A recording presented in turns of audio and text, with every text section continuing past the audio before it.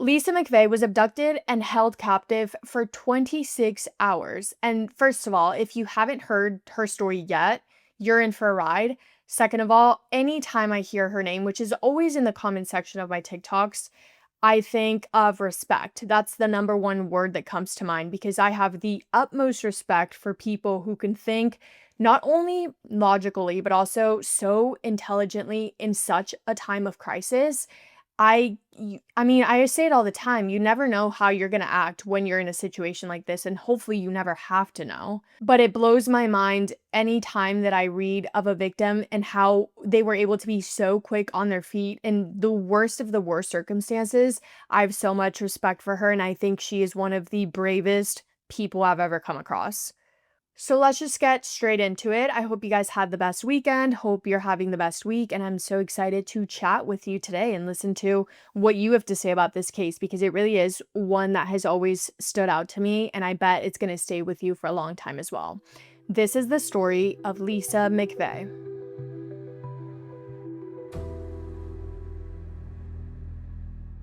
Lisa McVey was abducted and held captive by a serial killer, but to fully understand her story, her experience, and everything that she went through, we first have to talk about Bobby Joe Long because his life of crime started way before Lisa. He sexually assaulted over 100 girls. He then escalated from doing that to becoming a serial killer. And Lisa McVey was the person to put a stop to it all. Bobby Joe Long was born in West Virginia to his parents, 23-year-old Joe and 17-year-old Luetta, but he was raised in Miami, Florida. And the house that Bobby was born into, toxic, it was awful. His parents' relationship was strained from the beginning, not to mention they were really young, but they were constantly arguing. He grew up around violence. Basically, everything that you don't want a child to be around was happening in the house that he was born into. And like I mentioned, the way that his mother and his father treated each other was less than ideal, definitely not what you want a child to look at as a first representation of quote unquote love, even though I really doubt that it was that. But when Bobby was only 2 years old, the father walked away from the family. He left and he never looked back, and Bobby never saw his father again. So now in Miami, it was only Bobby and his mom, but that situation wasn't any better for him because he was extremely neglected in his childhood. Quite frankly, the easiest way that I can put it is that his mother didn't care about anything, didn't care about him at all. She didn't care if he showered, if he ate, who he was with, who he was around. She just didn't care. And it comes to no surprise that his entire childhood, Bobby was involved in accidents left, right, and center, whether it was almost drowning at the beach in an ocean, falling off a swing head first, falling off of other things, honestly, anything tall, he would fall off and constantly be needing stitches, riding his bikes into cars, whatever it was, he was always tangled up in some sort of accident, and his mom didn't care. Because Luetta didn't care about her son's needs or wants, quite frankly, she only cared about her own. And Luetta's biggest want, what she prioritized above all else, was sleeping around with men that she barely knew. That was the thing that seemed to be above all else for Luetta. And they kind of fell into this routine, her and Bobby, that Bobby would be left with honestly whoever was available to watch him. If there was a human being, neighbor, family member, stranger, babysitter, honestly, whatever. If there was a human being that was able to be in the same room as Bobby, that was enough for his mom. She would leave him with whoever could watch him while she went out drinking, partying, forgetting any and all of her responsibilities, staying up late, meeting random people. And then at the end of the night, when she would come home, she wouldn't come home alone. It was a common occurrence for her to come home with a strange man, and it was a random man. It was a different man every single night because, again, this was a routine that they fell into. And she would bring a man home. She would take him to the bedroom. She would be extremely intimate with him. If you get what I'm putting down, they would do whatever acts they were into in the bedroom. And more oftentimes than not, the man would stay the night. And then she would do it all again the next day. So messed up, right? You don't want a child to kind of grow up. That's not the example that you should set for your children. To each their own, but it's not. But that's not even the worst part about it, because she would do this and she would invite all of these strange men into her house to sleep with them. But the house that they lived in was a one-bedroom apartment, meaning that her bedroom was Bobby's bedroom. They shared a bed. So anytime that Louetta would bring a random man into the house, which was again 9 times out of 10 that she went out and came home with a stranger, she would, quite frankly, have sex with him while Bobby was sleeping in the same bed. Is that not the craziest thing that you ever heard? Because one, weird mom, obviously she doesn't care about anything. Her priorities are not straight. She only cares about herself. Bobby, I can imagine the trauma that caused him to see that night after night after night. But third of all, I have so many questions, because was the man not like, hey, maybe we shouldn't do this? There's a little boy in the bed with us. It makes no sense to me. But anyway, this went on for years. This is what Bobby became used to. And they had different living situations throughout the years. I think at times they were living in an apartment, then they moved in with family, and then they moved out of family. And it was again only Bobby and his mom. But Bobby saw his mom sleeping with other men in the same bed as him. Not only saw it, I guess he literally experienced it because he was right there. But this went on up until his teenage years. So yeah, it went on for a while. And another thing to note about Bobby Joe Long is that he was born with an extra X chromosome. The condition that he had is known as Klinefelter syndrome. I believe that's how you pronounce it. And that syndrome comes with several different side effects, not only physical side effects, but also psychological and emotional, meaning that he was more than likely to experience depression and anxiety and those kind of things growing up because of this syndrome. But one of the physical side effects was the development of female traits during puberty, female traits such as developing breast. And this is something that Bobby experienced when he was around 12 years old. And as you can imagine, we know how mean kids can be. Bobby experienced relentless bullying for this at school, and I can imagine that that also affected him a lot. Although Bobby did eventually end up getting surgery for it, it was definitely a significant period of his life. And it was after the surgery, or right around then, that it felt like Bobby started hitting a turning point almost, because he started growing such a strong and deep hatred towards women. He hated girls, he hated women, he despised his mom, not only because she was a woman, but also because of how neglected he felt his entire childhood. And it wasn't something that he would shy away from. It was something that he would make sure that his mom knew. He would yell at her all the time, scream at her, call her names, and he would just go into these rages where all he would see was red. And it really did sort of feel like it was a turning point in his life, where all of this sadness that he had built up inside of him turned from sadness into anger. He was no longer this sad and mopey kid. He was now this angry, violent, and aggressive child.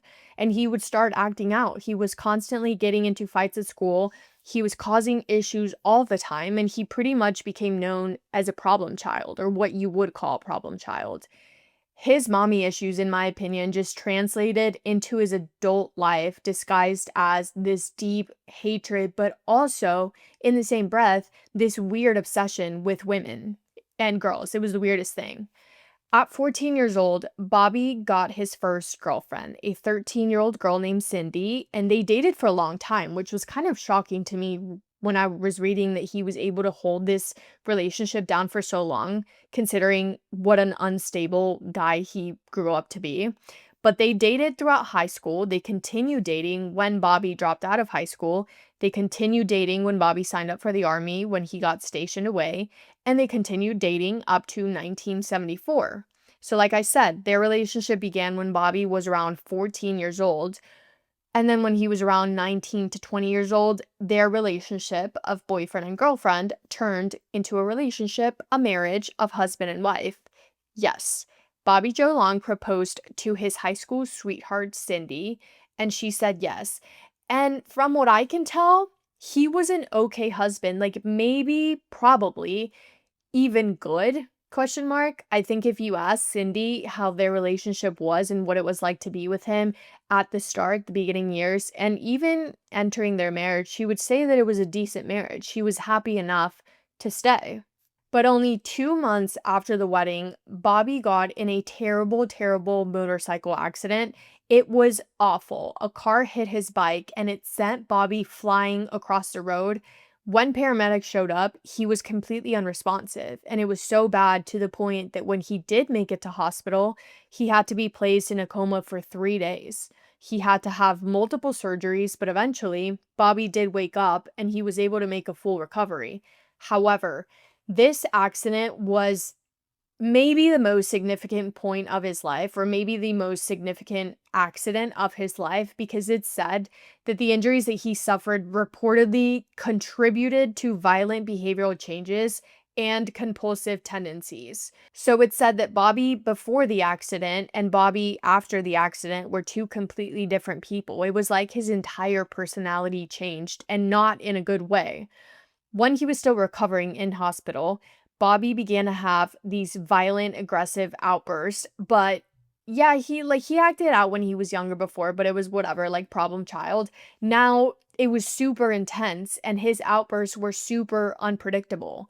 And another incredibly notable difference was his obsession with sex.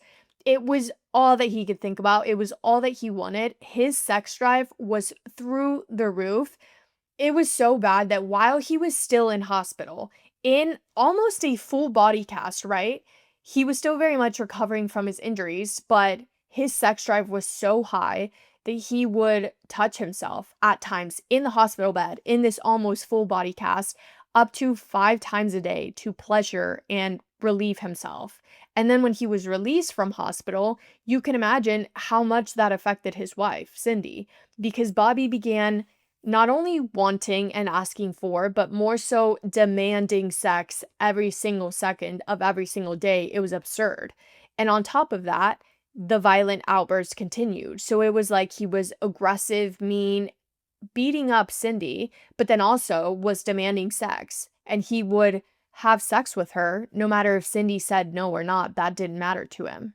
So Bobby began having these moments in which he almost became this person that Cindy didn't even recognize, and he would go off on her and hurt her, not only emotionally and psychologically, but also sexually and physically. He would start these fights and then he would get physical with Cindy, forcing himself onto her when she clearly didn't want it. Even once choking her to the point where she was unconscious, and afterwards, he slammed her head against the television in one of the incidents.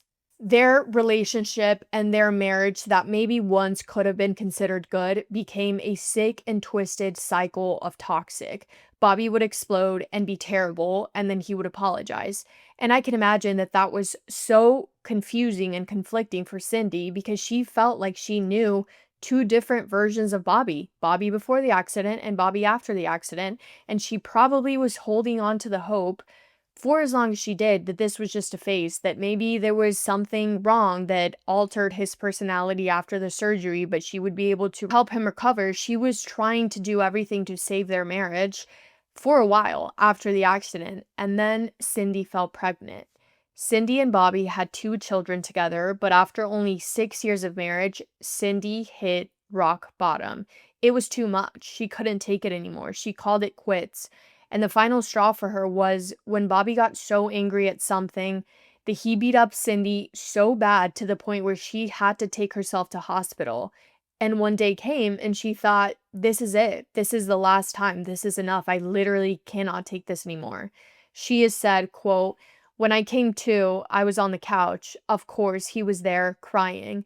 I'll never do it again. I'm so sorry." Then the next words were, "When you drive yourself to get your stitches, if you tell them what really happened, I will kill you when you get home." End quote. And with that, in 1980, after years of trauma and abuse, Cindy got up and left, and she took her 2 children with her and filed for divorce. Following his wife walking out on him, Bobby Joe Long's behavior only escalated, and it only got worse because he was still left as this angry, evil man with a sickening desire for sex. The only thing being is that now he didn't have a wife to demand sex from. He lost his designated person who he would yell at and scream at and demand sex from, but his want and what he saw in his head as a need for sex, it didn't go away. So what was Bobby going to do? Well, he was going to go out and find it somewhere else. So, following the divorce in the early 1980s, this is when you can say that his life of crime really started to spiral. Bobby moved to Tampa, Florida with a roommate. He ended up getting an apartment and also got a job. And he really threw himself into this new chapter of his life, which was about to be a really, really dark, disturbing one. Between the years of 1981 and 1984, Bobby Joe Long began to seek out victims through classified ads in the newspaper. This was his new routine, right? Bobby would look through the newspapers and he specifically was looking for ads that were listed by women. And when he would find one, he would call and he would set up an appointment to go to their house, meet up with them, and go look at whatever it was that they were selling. But when he would get there, if they were alone, which is what he wanted, Bobby would see this as his opportunity and he would take it. He would pull out a weapon of sorts, usually a knife, to threaten them with it. He would then tie them up, bind them, sexually abuse them in the worst of the worst ways possible. And then he would rob the house and walk away as if nothing ever happened, leaving his victims tied up in their own home. This was his new normal. This was his routine, and he would do that over and over and over again. It's been estimated by some sources that Bobby did this over 100 times, sexually abusing over 100 women, which is absolutely insane. And of course, throughout the 3 years that he was doing this, word got around that there was this classified ad rapist. So people knew what was going on. People knew that there was this man going around doing this thing, but Bobby was never identified as a suspect, which is so infuriating. The year 1984 was the year that Bobby's crimes escalated from brutal sexual abuse to murder.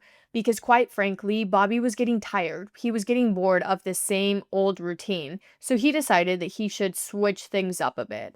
He decided that it would be a better idea for him to get in his car and drive up and down Nebraska Avenue in Tampa.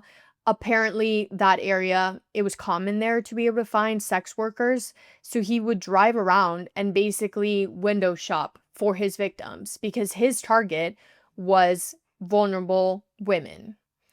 In March of 1984, when Bobby was driving around, he came across 20-year-old Artis Wick.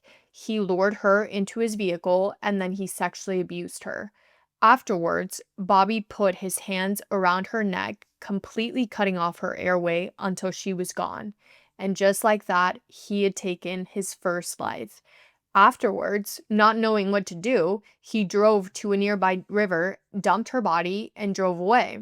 Her remains would not be found until 8 months later in November, but even then, there was no way for authorities to tie or link the murder to Bobby. So back then, he's thinking in his head, oh, this is easy. I just got away with it.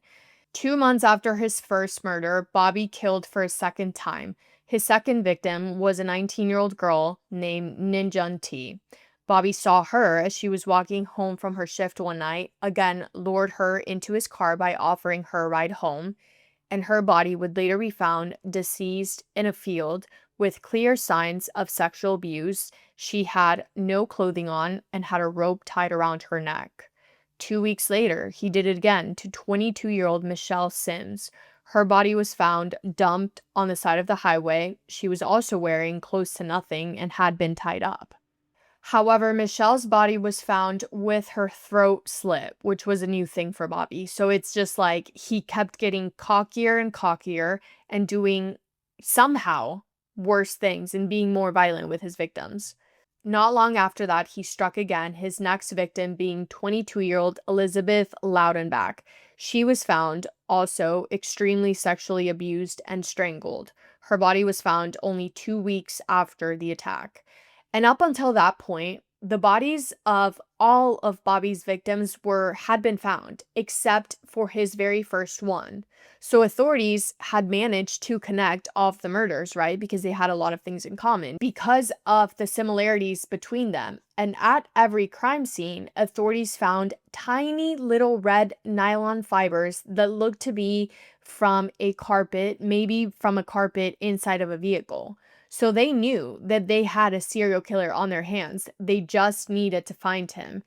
And it was at this point that the FBI got involved and started building a case and a profile on what kind of person they thought they were looking for. Meanwhile, Bobby is continuing to seek out new victims, and he keeps on succeeding, as much as that makes my blood boil to say. His fifth victim was 21-year-old Vicky Elliott. She disappeared on September 7th of 1984 while she was walking home from work from her waitressing job. Her body was found November 16th. She had been strangled.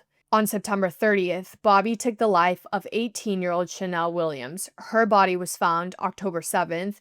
Again, she was wearing nothing and she had a gunshot wound to the back of the head. Only a week later came his seventh victim. The body of 28-year-old Karen Dinsfriend was found. She had also been strangled, but this time also bludgeoned to death. Not long after that, on October 31st, the remains of 22-year-old Kimberly Hopp were found on the side of the highway. So at this point, authorities had recovered the bodies of 6 out of the 8 victims of Bobby Long, but they were still no closer to finding out who this serial killer was. And this is finally where we introduce Lisa McVey, an absolute hero of a woman. 17-year-old Lisa McVey was born into a very toxic living situation. Both of her parents struggled with substance abuse, and that resulted in 2-year-old Lisa being placed in foster care. At 7 years old, she got placed back in the care of her biological mom, which was not good for Lisa, and her entire childhood, she was pretty much neglected, never looked after, treated horribly. She was abused, call it what it is. 6 years later, at 13 years old, Lisa was placed in the care of her grandmother, which was also awful, mainly because of the grandmother's boyfriend, who was, at the start, only very creepy and very disgusting and disturbing towards little Lisa, but then he started sexually abusing her. So from the age of 13 years old up until the time of this case, when Lisa was 17 years old, she had been constantly sexually abused by her grandmother's boyfriend, which is disgusting. And it doesn't come as a surprise that Lisa's mental health was at an incredibly low point. She was struggling so bad to the point where she didn't see a way out, and she began thinking that her only way to stop all the suffering that she felt, all of the suffering that she was going through, would be to take her own life.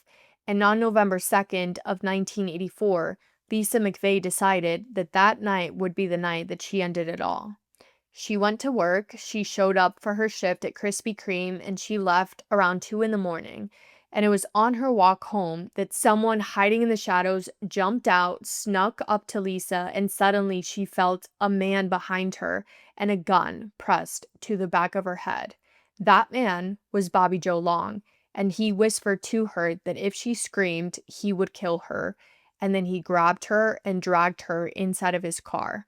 He blindfolded her, he ordered her to remove all of her clothing, and then he brutally sexually abused her. And it was at that point that Lisa found the will to live again. Remember, she didn't want to be on this earth anymore. She had been struggling so badly. She was in such a dark headspace. But as soon as Bobby took her, she thought, I need to live. She remembers thinking, quote, I was deathly afraid that he was going to kill me. Here I was thinking about killing myself, and now I was going to be fighting for my life, end quote. After sexually abusing her in the car, Bobby drove Lisa back to his apartment, and Lisa is still blindfolded throughout the entire ride, okay? She can't see anything. They get there, he drags her inside, he drags her to his bed where he sexually assaults her again. And for the next 26 hours, Bobby Joe Long would sexually abuse her consistently. Bobby then sexually assaulted Lisa on his bed, and then in the bathroom, and then he told Lisa that they were going to be taking a shower together. And then, all of a sudden, Bobby kind of switches, and he starts being really nice to Lisa. Obviously, he isn't being very nice because of what he's doing to her, but he starts touching her really gently, washing her hair, brushing her hair, even blow drying her hair after the shower. And Bobby starts telling Lisa how nice she was, how pretty she was, how beautiful she was, and talks about how he's really enjoying her company. Sorry, it's not funny. It's just kind of absurd to me how twisted and sick his mind can be. But Lisa, I can imagine, is thinking, what the actual F is wrong with you, sick man, inside of her head. However, on the outside, she saw this as an opportunity because to her, it felt like Bobby was sort of being vulnerable to her. And she's thinking, right, okay, I need to take advantage of this.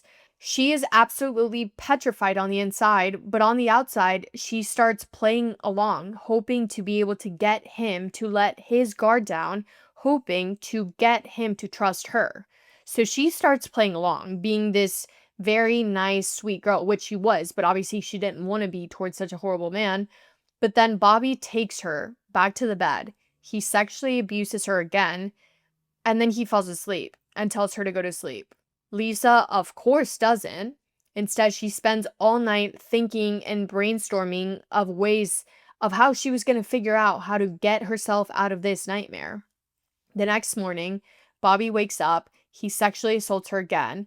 But Lisa, being so incredibly smart, patient, and brave, she keeps up this act of this sweet, caring girl who wants to be with Bobby. She needs to make him think that she wants to be there, that she is not going to run away so that he relaxes, right? So Bobby is telling Lisa about how nice she is, and he starts talking about the idea of quote unquote keeping her and saying that maybe she could just stay with him and she could be his girlfriend. And Lisa's playing along. She says, yeah, maybe I can be your girlfriend. Maybe I can just stay here with you and be with you, and I won't tell anyone anything. I will just be here for you, for whatever you want me for. And it's working, which is so, like, this is such an uncomfortable situation, right? And it's shocking that this was working for Bobby. But then again, think about the kind of person that Bobby is. His little tiny brain is so sick and twisted, and it has been for years. And all Lisa is doing is playing into his sick and twisted fantasies. So it makes sense that in his stupid little brain, he starts thinking, oh my gosh, this girl really likes me. She really wants to be with me. Because he's an idiot, right? Anyway, so it's now the day after, and Lisa, by the way, she is still blindfolded this entire time. She has been blindfolded because Bobby doesn't want her to see him nor his apartment. But she tells Bobby that she needs to use the bathroom. And at first he's like, yeah, right. Like, no, absolutely not. You're not going to go to the bathroom by yourself. But eventually he lets her. And Lisa goes to the bathroom. She lifts up her blindfold for the first time and she starts touching everything inside of that bathroom. The goal being to leave her fingerprints on as many surfaces as she can. So she's touching everywhere. She does that. She then walks out and Bobby goes up to her to readjust her blindfold. And I don't know how she thought of this, like, again, in such a time of crisis, since, like, I would be panicking. I don't know how she thought of this, but she then tightens her face, like, kind of flexes her face to make it feel wider than it is when Bobby goes to readjust and tighten the blindfold, so that then she could relax her face and she could have this tiny little gap between her blindfold so she could try and see out of it. And it worked. So she's now walking around trying to see as much as she possibly can through this little tiny gap in the blindfold. But then Bobby sexually assaults her again. And Lisa is keeping up this act of being this lovey-dovey girl that really cares for him. So, ew, it's so gross to think about and it's so horrible. But he's sexually abusing her. And Lisa asks if she can caress his face, making it sound like romantic, right? Like playing into his sick fantasies. But what she was really trying to do is memorize the features on his face because she can't see him. And she's hoping and praying that she's going to be able to get out of this nightmare. And if she is, she's going to have one goal in mind: to get this man caught. So she can't see him, but she wants to feel his face. And he lets her. She's feeling around his face, feeling around his mustache, his bushy eyebrows, his nose, his lips, the shape of his jaw, just trying to memorize all of his features. And this entire time, by the way, she's talking, he's talking, she's trying to keep up this act of sweet, caring girlfriend almost. And she asks Bobby, why are you doing this to me? And Bobby tells her that it's because he has this hatred towards women. And I'm not sure if he talks about his mom, if he brings up that aspect of his life, but he starts opening up to Lisa, saying that he has this hatred towards women and that he has this anger that he just can't get rid of. And this is why he abducted her and he's doing this to her. And he also mentions how he has problems of showing empathy towards women because he just hates them so much. Whatever. Cry me a river, Bobby. Like, come on. It just like, spare me, Bobby. Like, oh, poor little me. I have mommy issues and I hate women so much. That's why I abducted you and I held you captive. Like, hope you understand. Like, ugh, I hate him. Anyway, Lisa then starts opening up and she makes up this fake story about being the sole carer for her father. So she tells Bobby about her father who had 33 heart attacks and says that he's really sick, and she says that she's the only person who takes care of him, and she starts telling Bobby, if I don't go home, since my dad is so sick, he's going to eventually die. That's why you should let me go. And Bobby, shockingly, actually starts to feel sorry for Lisa. She was successfully manipulating him in the exact way that she intended to. Bobby starts feeling this weird sympathy towards her, so much so that he then stops sexually abusing her and they just go to sleep. That night, he didn't sexually abuse her. He just instead made her lie next to him and cuddle. And then 26 hours into her captivity, at 3:30 in the morning, the second night, they're in bed cuddling, and Bobby just sits up and says, I can't take you anymore. I need to take you home. And he tells her that the reason why he is going to let her go, the reason why he isn't going to kill her, is because of her dad, because of this fake story that she made up, because he thinks that she needs to go home to be able to take care of her dad. He fell right into her fake story, thankfully. This was in the early hours of November 4th, and Lisa is shocked, obviously, but she's going along with it, of course. Bobby then, while Lisa is still blindfolded, gets up and starts directing Lisa to walk outside with him and get in his car. Lisa then, being so quick on her feet, she starts counting the steps she's taking because remember, she still has her blindfold on. She still can't see anything. She still doesn't know where she is. She counts the exact amount of steps on the stairs, and then in the car, from underneath her blindfold through that little gap, she caught a glimpse of the word Magnum on the side of the car dashboard, which is the kind of car it is. It's unique to the 1978 model. And she also notices, very important and very significant, that the car has red carpet inside of it. Bobby keeps driving. He eventually pulls over and he tells Lisa to get out of the car, still blindfolded. And then he drives away. Lisa is frozen in fear, still with her blindfold off, in the middle of the night, standing outside. She could not believe what had just happened. And she stands there with her blindfold on for around 5 minutes until she eventually manages to be brave enough to take it off. And Bobby was gone. The car was gone. She was alone. She is safe now. And she sprints inside of her house in tears, which is her grandmother's house. She walks straight into the house, and don't forget, that house is also the house that her abuser lives in, her grandmother's awful, awful, terrible boyfriend. So she walks in after being gone for however many hours. She's in tears. She's telling her grandmother and her grandmother's boyfriend everything that she had just endured for the last 26 hours. And guess what? They don't believe her. They don't believe her, of course not, because they're horrible, horrible, terrible people. And it breaks my heart that after going through the most traumatizing thing you could ever go through, you go home thinking, oh my gosh, thank God I'm safe now. And you just walk straight into another living nightmare, because I cannot imagine what you must be feeling after being able to escape that, after being able to escape a serial killer. You walk in desperate for help. And the first people that you see, one of them who is your family member related to you by blood, and they just tell you that you're lying. She's telling them both that she was just abducted, kidnapped, that she had been sexually abused this entire time, held captive. And both the grandmother and the grandmother's boyfriend are screaming at her, yelling at her, accusing her of lying and accusing her of making up this entire story. Lisa then goes to the police, and they don't believe her either. Because, do you want to know why? Authorities said that she was, quote, too calm to be a victim, which is why they didn't believe her, which is no words for that. Then her grandmother and the grandmother's boyfriend go to the station to accuse Lisa of lying again. It is the most unbelievable thing. Thankfully, and I say thankfully because I don't know what would have happened if this didn't happen, but thankfully, it was one police officer in the entire police station that believed Lisa, one person who was willing to hear her out. So he sits down with Lisa, and Lisa starts telling him everything. And this officer, obviously, is well aware of this serial killer that they had been looking for, and everything that Lisa McVey is saying sounds like this man could very well be the man that they have been looking for, the man who has been killing girls left and right. And then Lisa brings up the red carpet inside of that car.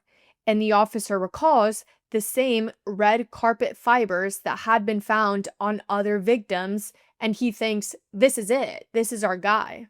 Lisa is also able, somehow manages to tell the officer that she was also able to see the word Magnum on the car, and she describes the vehicle. She describes the facial features of Bobby that she felt with her own two hands. She describes the little bits and pieces that she was able to see through the little gap on her blindfold inside of the apartment and says, my fingerprints are all over that bathroom. Like, I'm not lying. Please believe me. So this is huge, right? This is a huge break in the case, the break that they had been waiting for, and they start scrambling, trying to connect this car to track down their guy.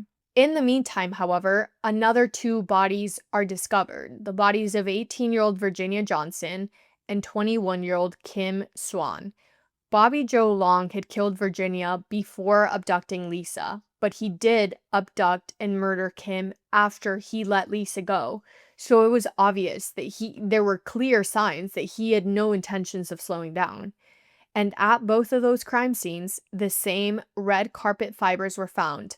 Luckily, it would not be long until he was eventually caught. While officers were out searching for this specific make and model of this car, they found it and they identified Bobby Joe Long as the driver.